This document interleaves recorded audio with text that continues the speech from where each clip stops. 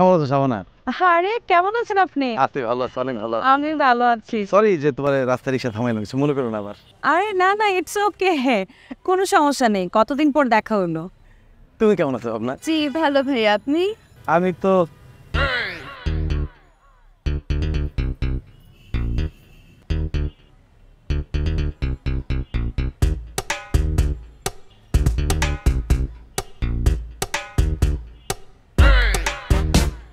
তুমি এটা কোনো কাজ করলে না শাবানা? মানে? মানে একটা মানুষ তোমার ভালোবাসা তার কল্পনা জগতে তোমার সাজায় দিনের পর দিন, শপিং মলে ঘুরা ঘুরা ঘুরা ঘুরা কত কষ্ট করে তোমার জন্য কিছু গিফট নিয়ে আসছে, আর তুমি সেই গিফটটা তোমার ছোটো বোনে দিয়ে দিলা।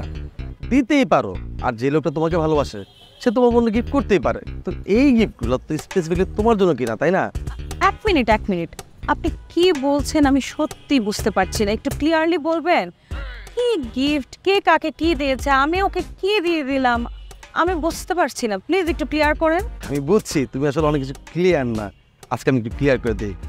আর তোমার কাছে যে গিফটগুলো নিয়ে যেত ওগুলো আসলে আমিই দিতাম, আমি দিই।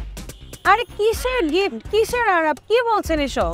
আমি না সত্যিই বুঝতে পারছি না। হ্যাঁ, আরব একবার একটা গিফট বক্স নিয়ে বাসায় এসেছিল, বলেছিল টাকা জমিয়ে আপু আপনার জন্য কিনেছি। আর সেটাতে তো এরকম ব্রেসলেট, এইসব জুয়েলারি, অর্নামেন্টস কিছুই ছিল না, ঘড়ি টড়ি কিছুই ছিল না।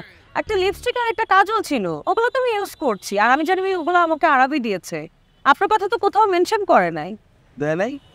না, না দিলে আমি কেন মিথ্যা কথা বলবো?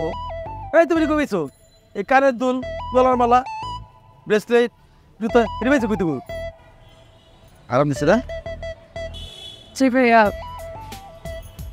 আরব দিছে। ও তো আমাকে বললো ও অনেক ঘুরিয়ে ঘুরিয়ে কি যে কষ্ট করে আমার জন্য এগুলো কিনে নিয়ে আসছে। বাটপাড়ের বাচ্চা। যাও তোমরা যাও, দেখতে যাও।